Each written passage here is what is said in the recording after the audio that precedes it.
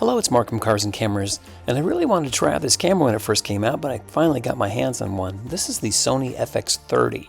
Now this is the APS-C version, if you could call it that, to the little brother to the Sony FX3, which is full frame.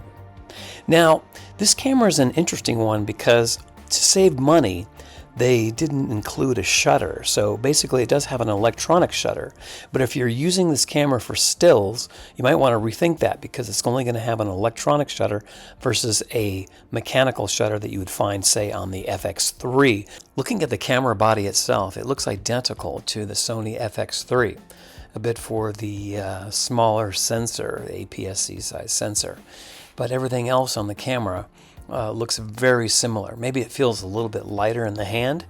Now I decided to pair this up with the Sony 24-70 G Master lens, so I picked one of these up because I thought this would be a good combo with this camera. Now this is 1/50th of a second, recorded at 4K 24p at 6400 ISO. Now when I look at this footage, I was hoping that it would be a little bit cleaner. I was really hoping that this new sensor would look a little bit better, but this is what we got. So here it is with the lens attached to the camera, and this combo with this lens does, it feels really good in the hand. The weight feels really nice. Now here's some daytime shots testing out. I did put an ND filter on, and I wanted to have the lens wide open just to kind of see what it can do.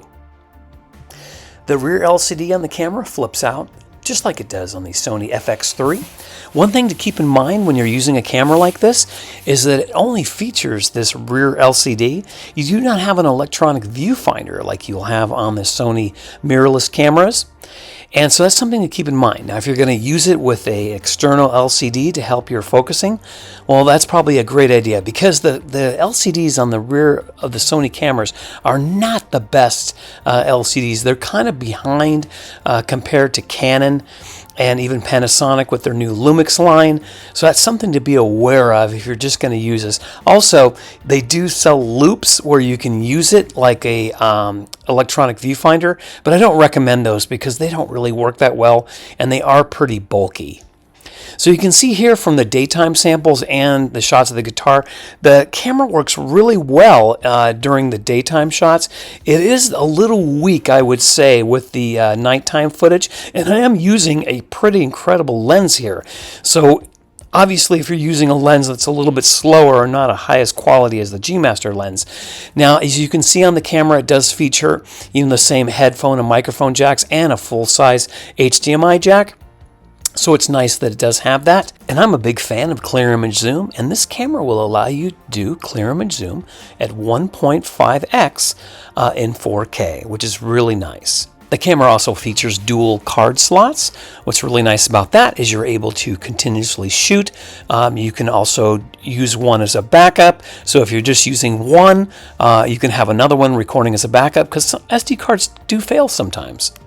Okay, let's look at another night shot. Now this night shot is at 6400 ISO, and similar to the shot with the plane, the same thing. Even when you see lights and it's a little bit brighter, there's still a fair amount of noise in that shot. If it was a full frame camera, it would be a lot cleaner. So, what do I think about this camera? Well, I would say if you already have a Sony FX3, if you need the professional sound options, what's really nice about this camera is it has the handle. This setup, I did not get the XLR handle because I already have one. But the nice thing about this camera is that you can do professional sound with it because of the XLRs.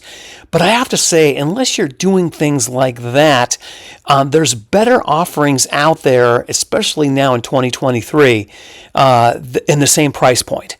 And there's a lot of new cameras coming out. There's the new Lumix line camera coming out that looks really incredible. So I really think you have to give a hard look at that. But, I'm kind of partial to Sony cameras. I really like their autofocusing, but I got to say, there's a lot of other offerings out there that are coming in at about the same price point as this FX30. So it's going to give this camera a lot of competition. Guys, I hope you enjoyed this video. Be sure to like, share, and subscribe, and have a wonderful day.